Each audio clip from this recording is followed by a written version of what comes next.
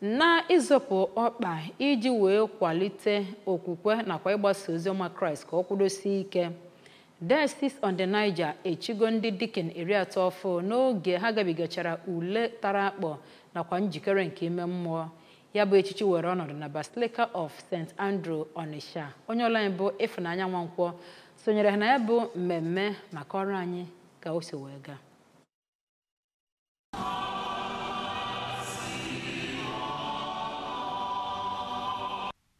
N'okwu ya na ya bụ mmemme, Bishọp nke Niger, Right Reverend Owen Nwokolo mere ka amata na ndị ụkọchukwu ndị a bụ ndị akpọrọ oku ịgba odibo, ịrụkọta ọrụ ọnụ na-agbata ndị ụka iji wee na-elekọta ụmụ ogbenye, ndị nọ n'ọrịa, ndị nọ na nsogbu iji wee nyekwelu ha aka, wee kwalite okwukwe ha. Mezie ka amata na ndị ụkọchukwu abụrụgo nnọọ ndị ekesasịrị ngalaba dịgasị iche iche ha ga-anọ wee lụọ ọrụ iji wee kwalite okwukwe ndị mmadụ maka inwe ezi nnwere onwe nakwa ntụkwasị obi na Chineke.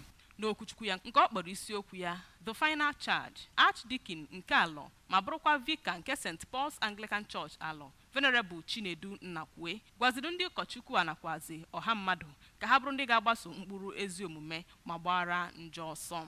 Vice Chancellor nke Mahadum nke Niger, Prọfesọ Chinedu Nebo, toro agadaga agbammbọ nke nzukọ Diocese Niger na-agba na ngalaba agụmakwụkwọ, ọ kachasị na University nke Niger, mee ka amata na aka na-anabata ụmụ akwụkwọ na ya bụ mahadum. Otu onye n'ime ndị a echiri ụkọchukwu ọhụrụ, Deacon Chibụzọ Chukwudinobi, bụ na onye kwupụtara afọ ojuju ya gbasara ezi ọkpụkpọ oku ahụ, kwe nkwa irube isi nakwazi irụ ezi ọrụ iji kwalite nzukọ nke Kraịst.